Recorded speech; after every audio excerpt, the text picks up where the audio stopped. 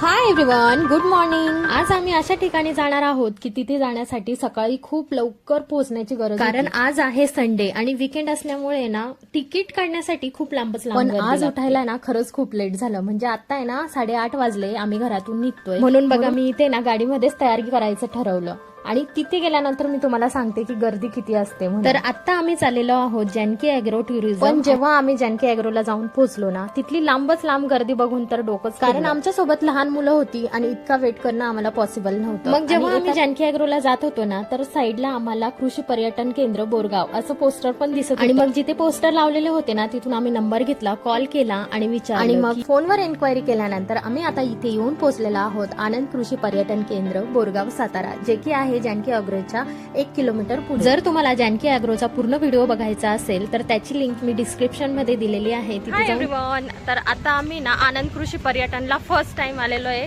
जे की बोरगाव मध्ये। खरं तर आम्ही जानकी ॲग्रोला आलेलो होतो पण तिथे खूप गर्दी असल्यामुळे आता त्याच्याच पुढे 1 किलोमीटर इथे आनंद कृषी पर्यटन आहे। आणि हे बघा इथे एंट्री केल्याच आपल्याला डाव्या साईडला लहान मुलांसाठी आणि मोठ्या लोकांसाठी खेळणी दिसते आणि समोर डाव्या साईडला गेल्यानंतर हे हॉरर हाऊस दिसतं।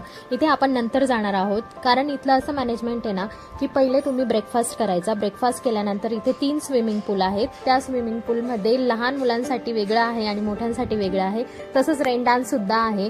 तर आधी आपण हे सगळं कंप्लीट नंतर जसा जसा व्हिडिओ पुढे जाईल ना मी तुम्हाला सगळं काही एक्सप्लेन करत जाईल। तर इथे एंट्री करण्यासाठी सगळ्यात आधी आपल्याला तर तिकीट घ्यावं लागतं। मोठ्या लोकांसाठी 450 रुपये पर हेड म्हणजे 450 रुपीज आपल्याला पेड करावे लागतात आणि लहान मुलांसाठी 350 रुपये पेड करावे आणि 3 वर्षाच्या आतील मुलांसाठी एंट्री फ्री असते। तिकीट काढून झाल्यानंतर ते आपल्याला एक कुपन आणि हे कुपन आपल्याला जेव्हा आपण नाश्ता करतो, जेवण करतो, त्यानंतर आपल्याला स्विमिंग कॉस्ट्युम घ्यायचे असतात आणि लॉकर घ्यायचं असताना तेव्हा दाखवावं लागतं। इथले लॉकर बघा ब्राऊन कलरचे आहेत आणि समोर जे आपल्याला दिसतंय ना ते चेंजिंग रूम्स आहेत। चेंजिंग रूमच्या शेजारी वॉशरूम सुद्धा आहे। सगळ्यात आधी तर इथे आल्या आपल्याला नाश्ता करून घ्यायचा आहे, तर त्यासाठी आपल्याला तिकीट काढताना जे कुपन्स दिले होते ते दाखवावे लागतात काउंटरवर आणि त्यानुसार मग ते आपल्याला प्लेट्स देतात।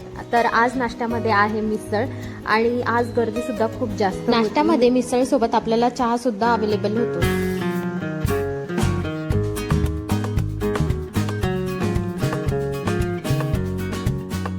नाश्ता करून झाल्यानंतर सगळ्यात आधी आपल्याला स्विमिंग पूल कडे जावं लागतं आणि यासाठी आपल्याला कपडे चेंज करावे लागतात। तर मोठ्या लोकांसाठीचे स्विमिंग कॉस्ट्युम आपल्याला इथेच प्रोव्हाइड होतात, फक्त आपल्याला कुपन दाखवावं लागतं। तसंच जेव्हा आम्ही इथे इन्क्वायरी केली ना तर सगळ्यात आधी आम्हाला लॉकर प्रोव्हाइड करण्यात आलं आणि लॉकरसाठी आम्हाला ना इथे लॉक सुद्धा दिलं। यानंतर आम्हाला इथे सांगण्यात आलं की शेजारच्या रूम मधून तुम्ही स्विमिंग कॉस्ट्युम घेऊ शकता आणि इथे बघा रिदिशा आणि विनयसाठी चेंजिंग कॉस्ट्युम अवेलेबल नव्हता। असं पत्र्याचं शेड आहे फक्त आणि इथे चेंज करायचं आणि इथे हँगर लावलेला आहे। हे पण चांगलं नाही। आम्ही आता कपडे चेंज केलेले आहे आणि हा बघा पर्यटनचा हा असा दिसतो कॉस्ट्युम स्विमिंगचा।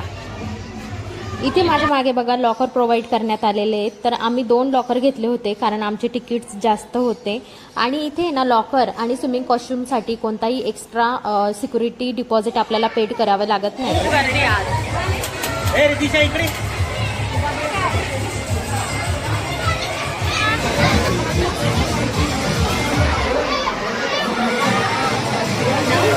गो इन अ पूल आणि रिदिशा तर इतकी सुपर एक्साइटेड होती ना की कधी तिला पूलमध्ये जायला भेटेल असंच वाटत होतं।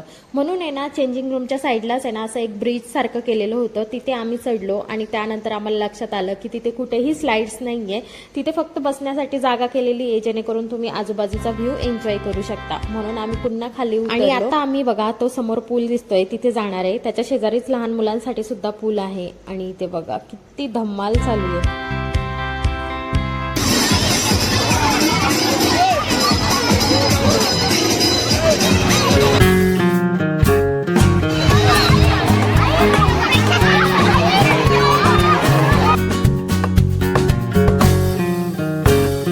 समोर आपल्याला स्लाइड्स दिसत आहेत, छोट्या स्लाइड्स आहे पण स्लाइड घेण्याचा आनंद मात्र आपण इथे घेऊ शकतो।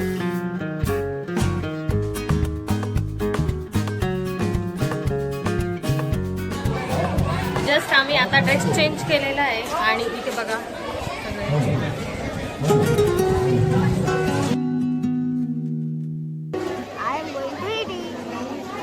आता आपल्याला जेवण करायचंय।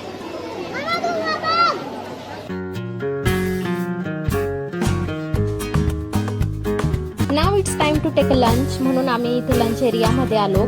सेम कुपन दाखवून त्यानंतर आपली थाळी घ्यायची आणि अनलिमिटेड जेवण. इथे मला काय बघायला मिळालंय तर इन्स्पिरेशनल कोट लिहिलेलं आहे बघा. आम्ही सावित्रीच्या लेकी, मैत्रीण पाहिजे, बायको पाहिजे, आई पाहिजे, मग मुलगी का नको. आणि इथे मस्त छान फवारे सुद्धा लावलेले होते पाण्याचे की जेणेकरून आपल्याला गरमी होणार नाही, कारण पत्र्याचा शेड असल्यामुळे ना खरंच गरम होत होतं. पण हे तुषार म्हणजे पाण्याचे जेव्हा येत होते ना अंगावर खरंच खूप भारी वाटत होतं. जेवण करायला सुद्धा खूप थंड थंड वाटत होतं. आणि इथे आता आमची थाळी रेडी होतीये. तर थाळीमध्ये काय काय आहे ना, आपल्याला पुरी भाजी होती, त्यानंतर मसाले भात होता, श्रीखंड होता, त्यानंतर इथे आपल्याला थाळीमध्ये वांग्याची भाजी भेटलेली आणि पापड भेटलेले. आणि जेवणाची क्वालिटी ना खरंच खूप बेस्ट होती, अप्रतिम. भारताची चंद्रयान मोहीम 2. ये देखो हमारा एस्ट्रोनॉट. आहा, एक नंबर दिख रहा है भाई साहब. असं मॉडेल ठेवलेलं आहे. आणि हा PSLV नावाचा रॉकेट भारताचा. आणि इथे अजून एक ॲस्ट्रोनॉट मला मे करते आणि तिचं तोंड काही दिसत नाहीये. आली कल्पना चावला आली. आणि इथे आपल्या ग्रहांबद्दल माहिती दिलेली आहे. चंद्र, सूर्य, तारे, शुक्र, नेपच्यून, बुध, गुरु, शुक्र, शनी. आणि हा आमचा समोर शनी. ही आकाशगंगा, मिल्की वे आणि त्याच्याबद्दल माहिती. हॉरर व्हिडिओ मध्ये जायचं. चल इथे आता बुलक कार्ट राईड पण आहे. सर्जा राजाची जोडी.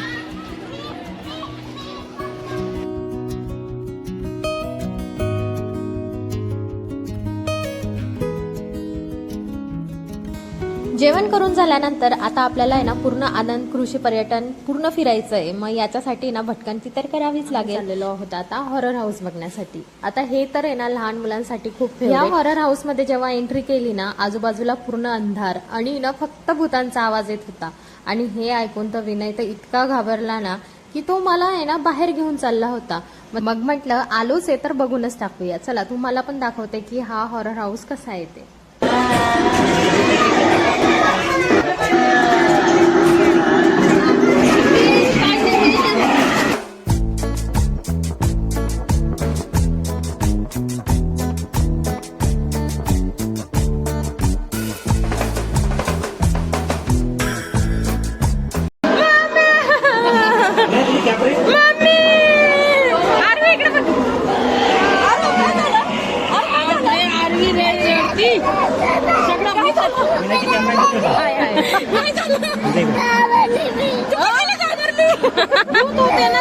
हॉरर हाऊस बघितल्यानंतर मुलं खरंच खूप घाबरली होती.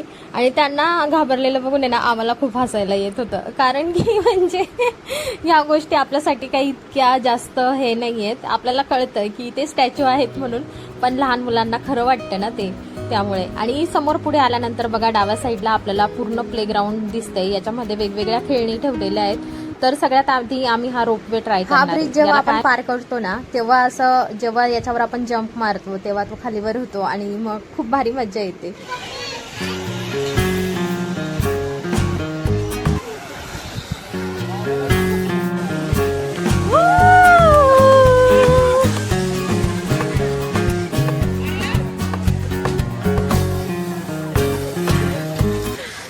रोप वे, झिप लाईन याचा पुरेपूर आनंद घेतल्यानंतर आता आम्ही ना ब्रिजवर चाललेलो आहे. ह्या ब्रिजवर गेल्यानंतर आहे ना एक वेगळीच मजा आली. म्हणजे ब्रिज चढून थोडंसं पुढे गेलो, त्यानंतर विनय जिथून गेला ना त्याच लाईनीतून मी गेली. आणि पुढे जाताना तर मला आहे ना, कारण लहान मुलांसाठी वेगळा रस्ता होता आणि मोठ्यांसाठी वेगळा. मी विनयच्या मागे मागे गेली आणि मग तिकडेच अडकून गेली. माझ्या मागे मागे माझी मम्मी पण आली. मग मी तिला म्हटलं की तू बॅक जा आणि तुझ्या मागे मागे मी येते म्हणून.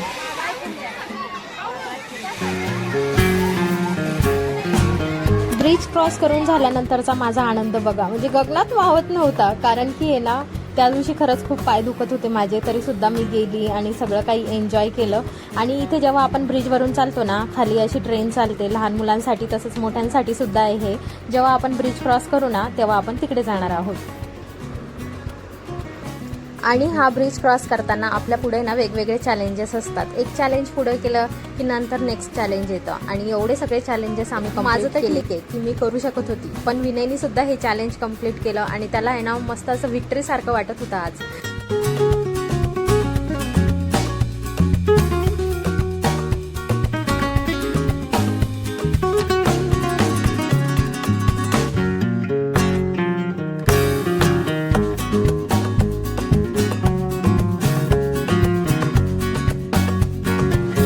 वर्षानंतर मिनी ट्रेनमध्ये बसल्यानंतर आहे ना खरंच लहानपणाची आठवण झाली. बालपणी आपण जे गाणं म्हणायचो ना, झुक झुक झुक झुक अगीन गाडी, धुरांच्या रेषा हवेत काडी, पळती झाडे पाहूया, मामाच्या गावाला जाऊया. आता पुढचं गाणं तुम्ही म्हणा बरं का मनातल्या मनात. आणि इथे समोर आहे ना जेव्हा बाहेर आलो आम्ही तर इथे सेल्फी पॉईंट होता आणि हा पेड गेम होता आणि जास्त काही चार्जेस नाही आहे. 10 रुपयामध्ये तुम्ही हा गेम खेळू शकत होते आणि सेल्फीसाठी ना खरंच खूप भारी भारी पॉईंट इथे होते. आम्ही सुद्धा 2-4 सेल्फी काढून घेतल्या आणि नंतर इथे आलेलो आहोत मिरर हाऊसमध्ये. डिफरंट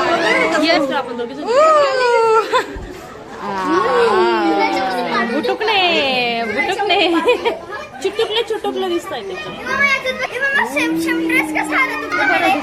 सगळं एकदम क्लिअर. नाही लांब चेहरे दिसतात पण मोठं आहे ना, एकदम क्लिअर दिसतंय.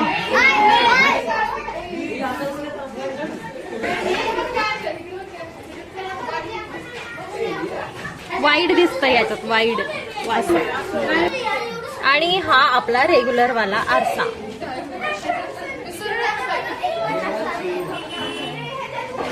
पुढे गेल्यानंतर आपल्याला स्वामी विवेकानंद यांनी जे मिशन स्टार्ट केलेलं होतं ते दिसतं. त्याच्याबद्दल माहिती सुद्धा इथे दिलेली आहे. आणि नंतर पुढे ना खूप एक्साइटिंग अशी गोष्ट होणार आहे आणि ती म्हणजे ना झोका. या झोक्यावर लय मेहनत आहे बरं का. झोका स्वतः चालवायचा अशी मेहनत आहे याच्यात. प्रत्येक जण झोका देतोय. मोराच्या पाण्यामध्ये बसून झाल्यानंतर आणि खूप म्हणजे एनर्जी डाऊन करून एकदम त्याचा पुरेपूर आनंद घेतल्यानंतर आता इथे आम्ही आलेलो आहोत झुलत्या झुल्यावर. आणि झुलत्या झुल्याच्या खाली आहे ना स्विमिंग करण्यासाठी आहे, स्विमिंग नाही सॉरी बोटिंग करण्यासाठी आहे आणि त्यामध्ये वेगवेगळे फिश ठेवलेले होते. विनय सांगत होता की मम्मी फिश बघ फिश बघ. आज वीकेंड असल्यामुळे ना गर्दी खूप होती. जसं गर्दी जास्त असण्याचे ड्रॉबॅक आहे ना त्याचा एक फायदा सुद्धा आहे, तो इथे झुलत्या झुल्यावर बघायला मिळतोय बघा. म्हणजे एखादा मूवीमध्ये जसं आपण बघतो ना की काही लोक असे पाळणा हलवताय झुलत्या झुल्यावर आणि त्याचा पुरेपूर आनंद घेताय, तसंच काहीतरी चाललं होतं. खूप मजा आली. पुढे इथे आम्ही येऊन पोहोचलेलो आहोत डायनोसॉर पार्क बघण्यासाठी. आल्यानंतर तर आम्हाला असं वाटलं ना आम्ही कोणत्या तरी जंगलातच आलोय की काय. डायनोसॉर पार्क मध्ये कसं आपल्याला वेगवेगळ्या प्रकारचे डायनोसॉर बघायला मिळतात टीव्ही मध्ये, तसं इथे रिअल मध्ये आपल्याला बघायला मिळत होते. आणि त्यांचा साऊंड वगैरे ओरिजिनली तसं क्रिएट करण्याचा यांनी प्रयत्न केलेला आहे. आणि इथे समोर आहे ना आपल्याला स्नेक पॉइंट दिसतोय. वेगवेगळ्या प्रकारचे स्नेक ठेवलेले होते, ओरिजिनल नव्हते. पण इथे आपल्याला सापांबद्दल ओळख व्हावी म्हणून सापांबद्दलची माहिती दिलेली होती. त्यानंतर इथे आहे रोबोटिक प्राणी संग्रहालय, जिथे वेगवेगळ्या प्रकारचे प्राणी ठेवलेले होते जसं की हरिण, मोर.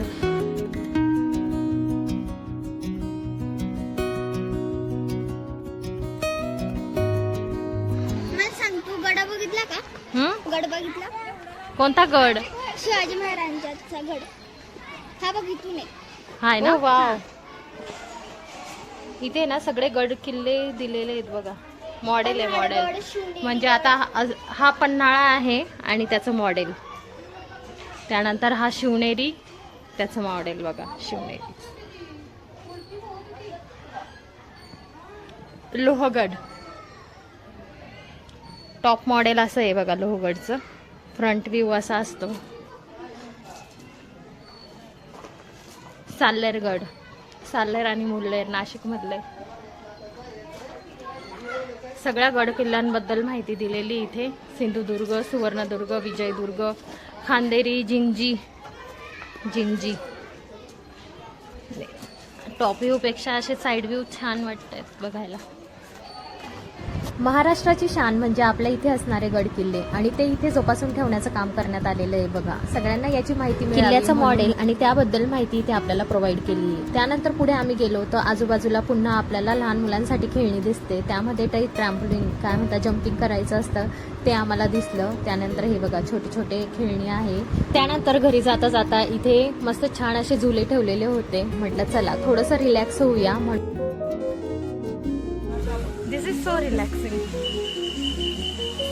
इथे आल्यानंतर वेळ कसा जातो ना काही कळत. इथे खेळण्यासाठी तर आहेच, पण बघण्यासाठी पण बऱ्याच गोष्टी आहेत. आणि जर तुम्हाला टायमाचं मॅनेजमेंट असेल तर तुम्ही ह्या सगळ्या गोष्टी एक्सप्लोर करू शकता, बघू शकता. कारण इथे टायमाचं लिमिट सुद्धा आहे.